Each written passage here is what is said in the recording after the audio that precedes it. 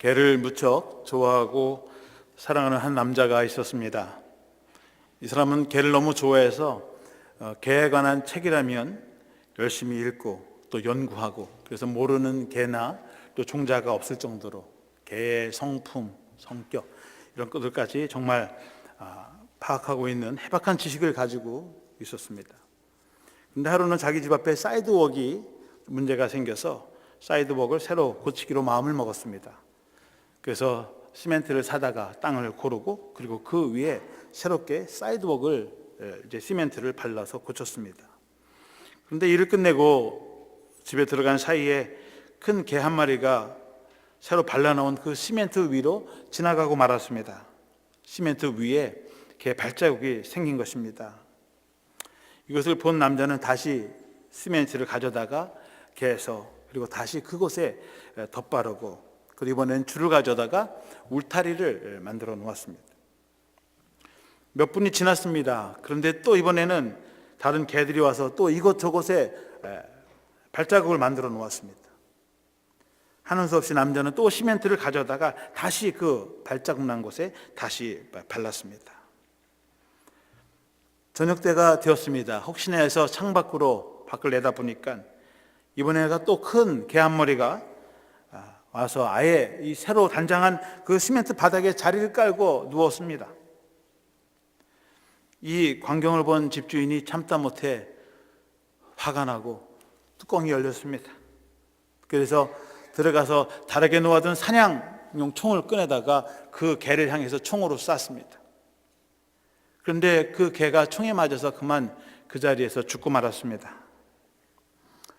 이웃집에 사는 그 개 집주인이 총소리가 나니까 놀라서 뛰어나왔습니다.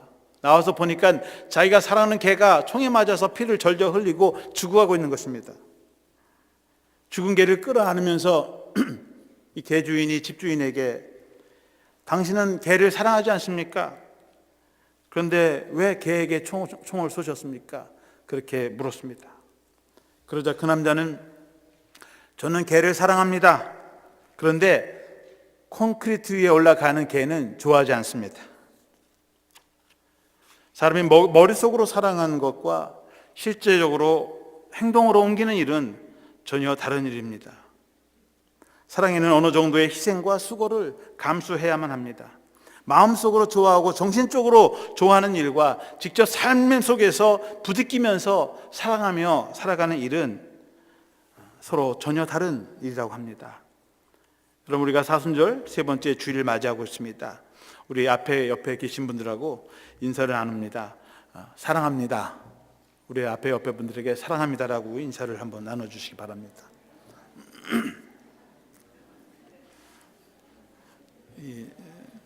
한국 분들은 사랑합니다 그러면 낯이 뜨겁고 막 간지러워서 참 하기 어려운 말이죠. 저도 목사니까 시키지 저가 하라 그러면 참 쑥스럽습니다. 오늘 본문에서 주님께서 베드로에게 용서에 관한 말씀을 하시면서 7번을 70번까지 용서하라고 말씀하십니다. 용서하라고 하는 것 말은 쉽지만, 또 머릿속으로 쉽게 할 수 있는 것 같지만 실제로 몸으로 하기는 참 어려운 일입니다. 오늘 본문의 21절 말씀에 보면, 그때 베드로가 나와 이르되 주여, 형제가 내게 죄를 범하면 몇 번이나 용서해 주리이까? 7번까지 하오리이까? 베드로가 주님께, 주님 제가 다른 사람을 7번까지 용서를 해주면 그 정도면 충분하지 않습니까? 그렇게 물었습니다. 사실 베드로에게 있어서 이 7번이라는 숫자는 굉장히 큰 숫자고, 자신이 생각할 때 좀 넉넉하게 쓸 수 있는 그런 숫자죠. 유대인들에게 있어서 용서라고 하는 단어, 용서라고 하는 말은 굉장히 찾아보기 힘든 단어입니다. 출애굽기 21장 23절 이하에 보시면, 그러나 다른 해가 있으면 갚되 생명은 생명으로, 눈은 눈으로, 이는 이로, 손은 손으로, 발은 발로, 된 것은 된 것으로, 상하게 한 것은 상함으로, 때린 것은 때림으로 갚을지니라. 모세의 율법입니다. 정의의 법입니다. 다른 사람에게 내가 피해를 당하면 그대로 복수해 주라고 하는 것입니다. 내가 생명의 위험을 당했으면 생명의 위협을 강하고, 내 눈이 다쳤으면 나도 상대방의 눈을 다치게 하고, 이가 부러졌으면 나도 상대방의 이를 부러뜨리고, 내 몸이 맞아서 상했으면 나도 그 사람에게 똑같이 상하게 똑같이 때려주라고 하는 것입니다. 소위 동해 복수법입니다. 받은 대로 돌려주라고 하는 거예요. 이것이 바로 정의의 법이고 하나님의 법인 것입니다. 그래서 여러분, 유대인들, 이슬람 교도들 이 정의법을 실천하고 있는 이 사람들 건드리지 마십시오. 절대 가만히 안 있습니다. 똑같이 받은 대로 되돌려 줍니다. 우리 한국 속담에는 대로 받고 말로 준다. 이스라엘 사람보다 더 지독합니다. 받은 것보다 더 얹어서 이자까지 붙여서 주니까 우리 속담에 대로 받고 말로 준다는 말이 생기는 것입니다. 그래도 이스라엘 사람들은 난 거예요, 어떻게 보면. 그런데 예수님께서 이런 율법, 정의의 법에 똘똘 뭉쳐져 있는 이 유대인들에게 하는 말씀이, 율법, 정의의 법은 결코 우리 삶의 문제, 갈등의 문제를 해결해 주지 않는다는 거예요. 다른 사람이 나에게 와서 해를 끼치면 나도 똑같이 하면 그 싸움은 끊임없이 지속된다고 하는 것입니다. 그래서 우리의 싸움은 결코 정의의 법으로는 해결되지 않는다. 우리의 싸움을, 우리의 갈등을 그칠 수 있는 방법은 용서, 사랑의 법밖에 없다고 하는 것입니다. 베드로는 주님의 말씀, 용서라는 말씀에 감동을 받았어요. 자기는 정의의 법으로 알고 왔는데 주님이 용서하라고 하니까, 오늘 기절에 읽지는 않았습니다만은 용서하라, 사랑하라고 하는 말씀을 듣고 베드로가 마음의 감동을 받은 거예요. 나도 이제 용서해야 되겠구나. 나도 이제 사랑하는 삶을 살아야 되겠다. 그리고 주님께 물은 것입니다. 그런데 얼마까지 용서를 해야 되는가? 주님, 내가 다른 사람을 용서해야 될 텐데 7번까지 정도 하면 충분합니까? 라고 물었습니다. 그러니까 주님께서는 베드로가 원하는 대답은, 그래 7번이면 충분하지, 그렇게 하거라고 얘기하는 것이 아니라 7번뿐만 아니라 7번은 7번까지 하라고 그렇게 말씀하십니다. 그 말씀은 용서는 끝이 없다고 하는 것입니다. 여러분, 7번까지 하라고 하면은 77이 49, 490번입니다. 그러면 490번까지만 용서하고 하지 않아도 되는가? 그런 말씀이 아니죠. 사람이 다른 사람을 용서해 주면서 1번, 2번, 3번, 4번, 5번, 6번 카운트하면서 100번, 150번, 200번, 350번 그렇게 카운트하면서 용서하는 사람은 없습니다. 주님께서 490번 용서하라고 하는 것은 490번만 하라는 것이 아니라 끊임없이 끝까지 용서해 주라고 하는 것입니다.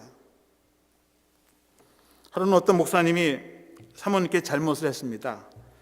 그래서 사모님께 사과를 했습니다. 여보, 미안해. 나를 용서해 줘. 주님께서도 490번까지 용서하라고 하지 않았어? 그러니 나를 용서해 줘.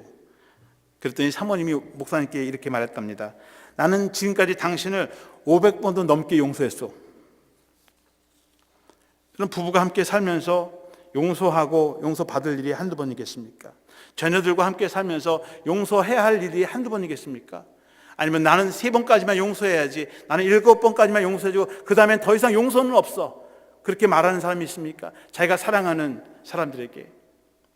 아니죠. 끊임없이 용서가 되어지고 용서를 해주는 것입니다. 그런데 그래도 사랑하는 사람들, 가족들은 좀 낫지만 그 뒤에 그 넓은 영역에 있는 사람들을 용서하는 일은 참 쉽지 않습니다. 잠언서 18장 19절에 보시면, 노엽게 한 형제와 화목하기가 견고한 성을 취하기보다 어려운즉 이러한 다툼은 산성 문빗장 같으니라. 노엽게 한 형제, 화가 난 형제, 자기에게 분을 품고 관계가 깨어진 그 형제가 다시 화목하는 것은 견고한 성을 취하는 것보다 더 어렵다고 그렇게 성경은 기록하고 있습니다. 얼마나 힘든 일입니까? 이러한 다툼은 산성 문빗장 같으니라. 여러분, 전쟁을 할 때 성을 공격하죠. 그러면 성 안에 있는 사람은 문빗장을 아주 굳게 걸어 담그고 있습니다. 뭐 사다리를 올리고 많은 사람들이 그 사다리 위로 올라갑니다. 그리고 활을 쏘고 창을 쓰고, 그리고 치열한 전쟁을 합니다. 막 위에서는 막 기름을 붓습니다. 그리고선 서로 성문 빗장을 열고 또 한쪽은 지키려고 무지막지한 생명을 희생하면서 성문 그 문빗장을 열려고 서로 싸웁니다.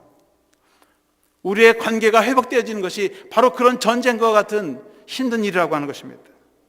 그저 저절로 희생 없이, 수고 없이, 피 흘림 없이 그냥 얻어지는 것이 아니라 마음의 전쟁, 영적 전쟁 없이는 형제와 이웃 간의 화해도, 화목하는 것도 어렵다는 말씀입니다. 주님은 사랑하라고 베드로에게 말씀하시면서 당신도 말로만, 입으로만 하는 것이 아니라 십자가상에서 마지막 자신들을 향해서 창을 찌르고 칼을 찌르고 자기를 죽이는 그 사람들을 향해서 용서의 기도를 드리셨습니다. 누가복음 23장 34절에 보시면 이에 예수께서 이르시되 아버지 저들을 사하여 주옵소서 자기들이 하는 것을 알지 못함이니이다 하시더라.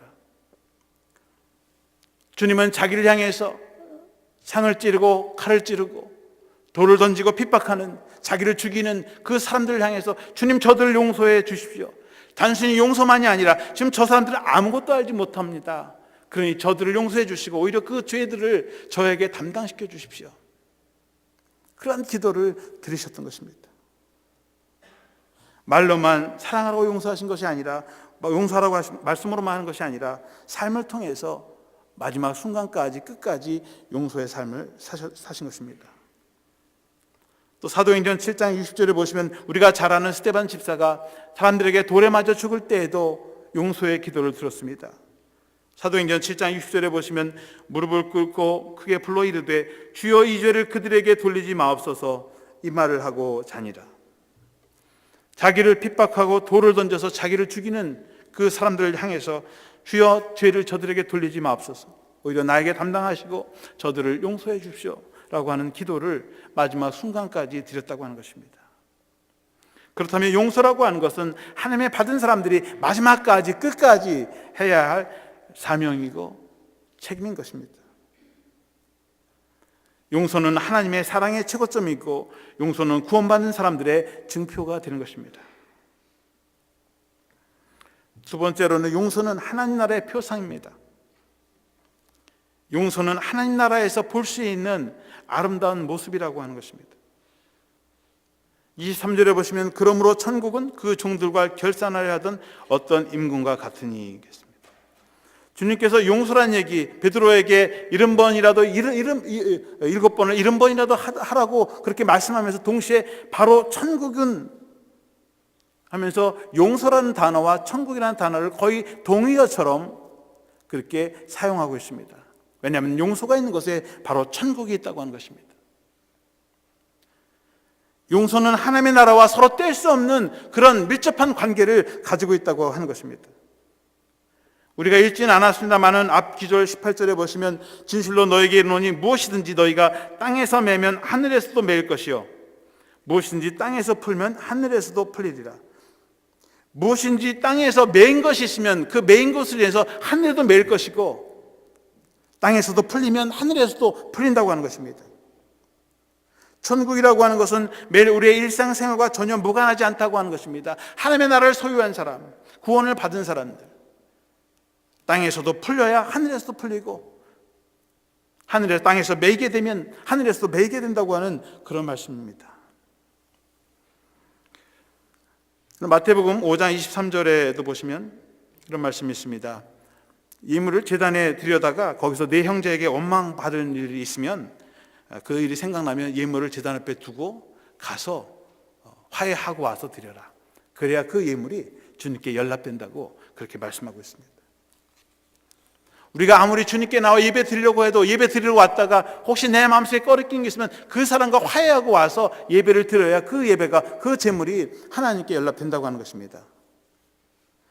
여러분, 이스라엘 사람들은 제사를 지낼 때 양이나 비둘기나 소를 데려와서 잡습니다. 왜 잡습니까? 내가 죽어야 되는데 내가 죽을 수는 없으니 내 대신 양에게 내 죄를 담당해서 그 죄를 대신 잡아서 내 죄를 속죄함을 받는 거예요. 그것이 제사입니다.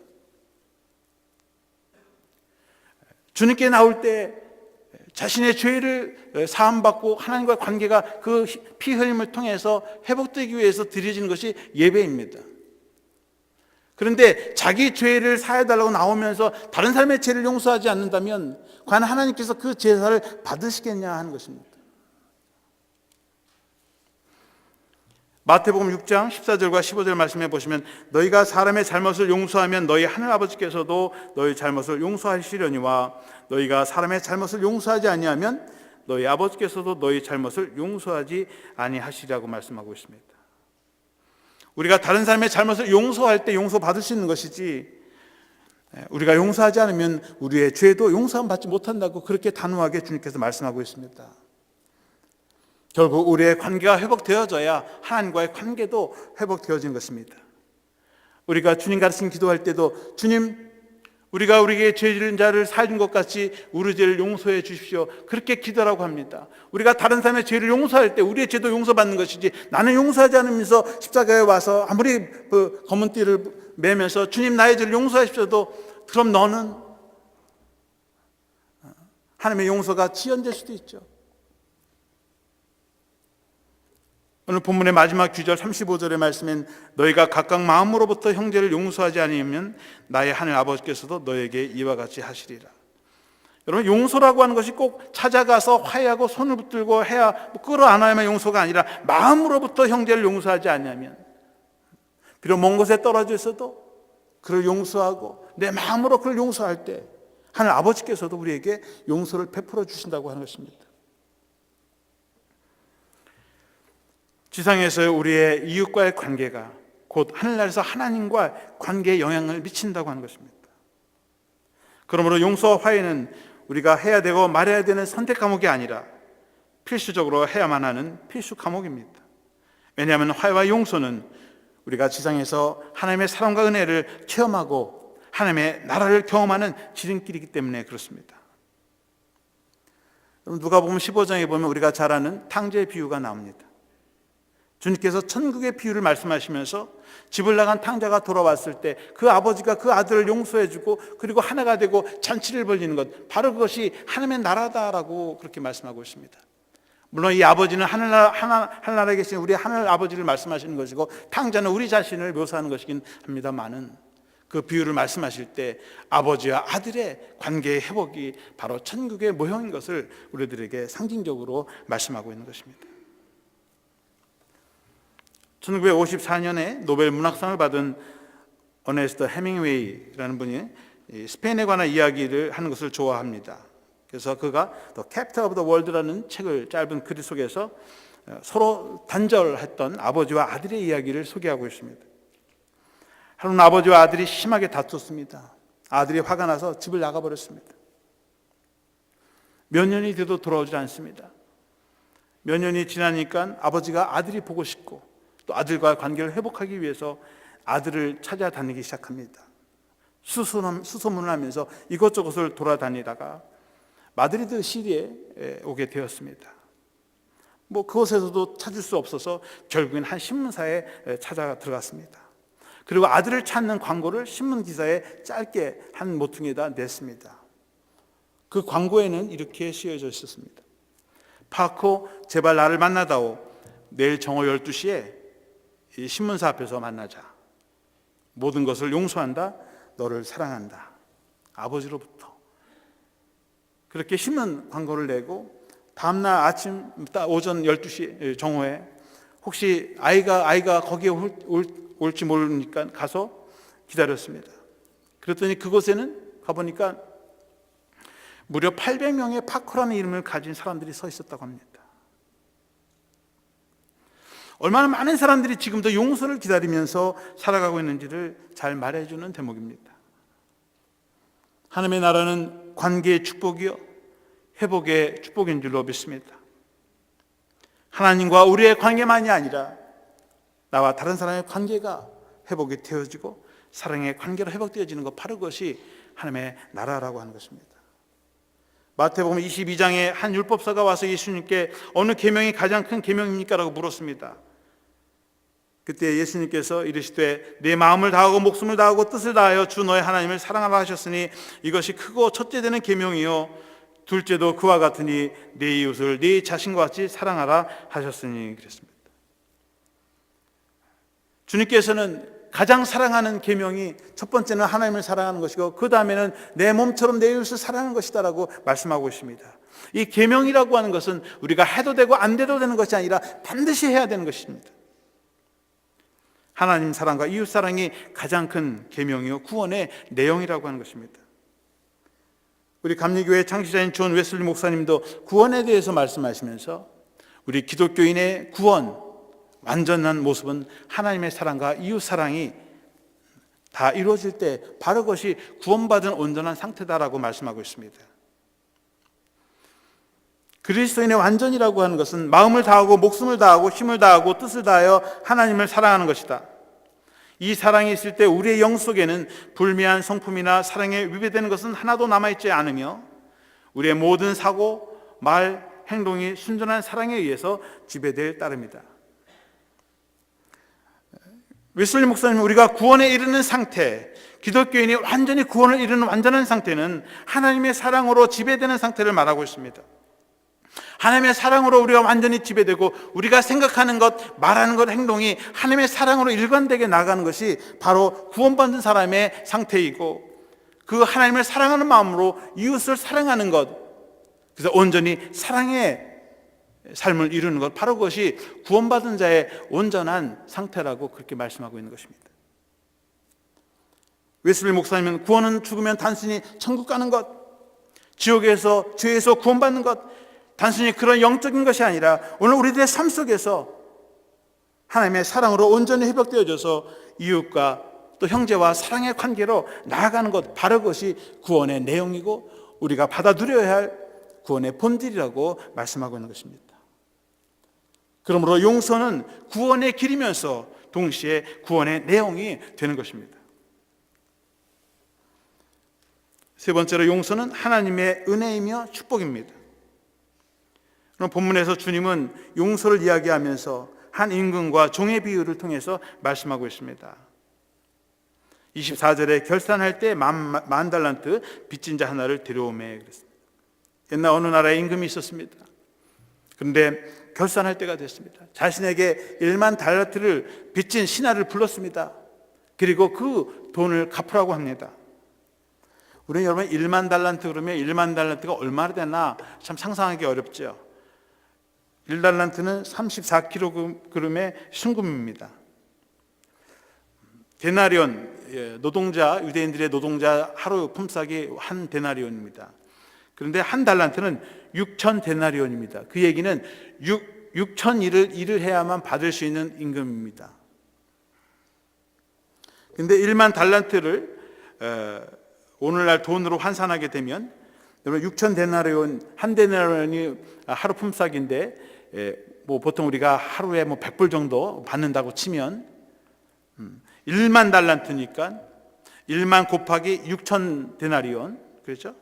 그러면 6천만 데나리온이 되고 거기다가 한 데나리온이 100불이니까 거기다 100을 곱하면 자그마치 60억 달러가 됩니다.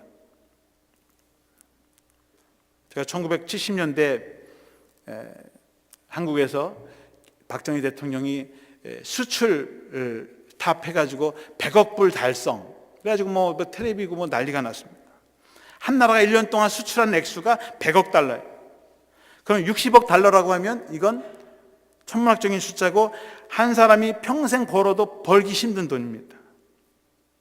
그래서 1만 달란트의 빚을 졌다고 하는 얘기는 자신의 힘과 능력은 도저히 갚을 수 없는 어마어마한 돈이다, 그런 얘기입니다. 상상을 초월한 돈이죠. 옛날엔 더구나 더 그렇죠. 임금님이 아내와 자식을 팔아서라도 그 1만 달러를 갚으라 그러니까 예, 갚겠습니다. 그런데 현실적으로는 불가능한 거예요. 자식을 팔고 아들 와이프를 팔고 다 팔고 평생을 일해도 갚을 수 없는 그런 돈입니다. 그런데 갚겠다는 거예요. 어떻게 갚습니까? 그러니까 그 대답하는 말이 불쌍해서 27절에 보시면 그 종의 주인이 불쌍히 여겨 놓아 보내며 그 빚을 탕감하여 줬더니, 왜? 갚을 수가 없으니까. 그 종을 불쌍히 여겨서 그냥 내가 다 탕감해 줄 테니 자유롭게 그렇게 살아라. 그래서 그 빚을 다 갚아준 것입니다. 얼마나 놀라운 은혜입니까? 어메이징 그레이스, 놀라운 은혜입니다. 그런데 이렇게 큰 빚을 탕감받은 사람이 집으로 돌아가게 되었습니다. 그런데 길에서 우연히 자기에게 빚진 친구를 만났습니다. 얼마를 빚졌냐면 100데나리온, 100데나리온에다가 곱하기 100달러 하면 10,000불. 10,000불을 자기에게 빚진 사람을 만나게 되었어요. 그러니까 성경에 보니까 목을 붙잡고 멱살을 붙들고, 야, 너 내 돈 내놔. 당장 갚어. 그러니까 이 종이 갚을게. 제발 참아줘. 좀 기다려줘. 안 돼. 당장 갚아. 그리고선 자기 감옥에다가 쳐놓고 말았습니다. 동료들이 그 친구가 감옥에 갇혔다는 것을 보고 불쌍히 여겨서 임금님께 고했습니다. 그래, 그 임금님이 그 소식을 듣고 그 신하를 다시 불렀습니다. 그러면서 33절에 한 말씀이, 내가 너를 불쌍히 여긴 것 같이 너도 내 동료를 불쌍히 여김이 마땅하지 아니하냐고. 내가 너를 불쌍히 여기고 다 갚아주는데, 그렇다면 너도 10,000불을, 그 정도 돈 빌린 거 갚아주고 용서해주고, 또 아니면 기다리듯 받든지, 그렇게 되는 것이 옳은 것이 아니냐 말이죠. 임금님은 그 신하를 괘씸하게 여겨서 잡아다가 다시 감옥에 가두어 버렸습니다. 여러분, 예수님께서 이 1만 달란트라고 하는 비유를 하신 이유는, 우리가 하나님께 지은 빚은 우리의 힘과 능력으로 도저히 갚을 수 없다고 하는 그런 것을 말하는 것입니다. 그것은 하나님의 은혜로, 사랑으로, 긍휼과 자비를 통해서 용서받을 수 있는 그러한 빚이라고 하는 것입니다. 그 은혜를 베풀어 주셨다고 하는 것입니다. 그런데 오늘 비유에 나오는 그 종 100데나리온의 빚을 진 사람을 용서하지 못한 이유는, 자신이 왕으로부터 1만 달란트의 빚을 탕감받았다는 그 은혜를 잊어버렸기 때문입니다. 왜 우리는 다른 사람들의 잘못을 용서하지 못합니까? 왜 우리는 다른 사람들을 용서하는데 그렇게 인색합니까? 그 이유는 우리가 하나님으로 받은 놀라운 사랑과 은혜를 잊고 살기 때문입니다. 우리가 어떻게 하면 다른 사람들의 잘못을 용서하는 넉넉한 마음을 가지고 살 수 있습니까? 우리가 노력해야 합니까? 우리의 마음을 넓혀야 합니까? 아니면 우리의 마음을 담대하게 해야 합니까? 이런 비결은 간단합니다. 하나님께로부터 받은 큰 은혜와 사랑을 항상 기억하고, 그런 은혜와 사랑을 베풀겠다는 마음으로 살아가면 되는 것입니다. 세상 사람들은 용서해주고 다른 사람들을 받아줄 때 자기 의지, 내가 좀 마음이 넓으니까, 내가 좀 강하니까, 그러니까 내가 좀 동정을 베풀어줘야지, 그래서 주는 거야. 그런데 그게 없으면 더 이상 나눠줄 게 없는 거죠. 그런데 기독교인의 용서라고 하는 것은 내가 가지고 있는 것을 주는 것이 아니라, 내가 하나님으로 받은 그 은혜에 감격해서 그 기쁨과 감격으로, 내가 1만 달란트의 빚을 졌으니 10,000달란트 그거 내가 용서해 줘야지. 그런 하나님의 사랑과 하나님의 은혜의 능력으로 용서하게 된 줄로 믿습니다. 우리의 힘과 능력으로요, 우리의 의지로요, 저도 많은 사람들을 용서해 보려고 노력했습니다. 지금도 마음 한켠에 아직도 용서하지 못하는 사람들이 있어요. 제 능력으로 기도하면서 글쎄 할 수도 있겠죠.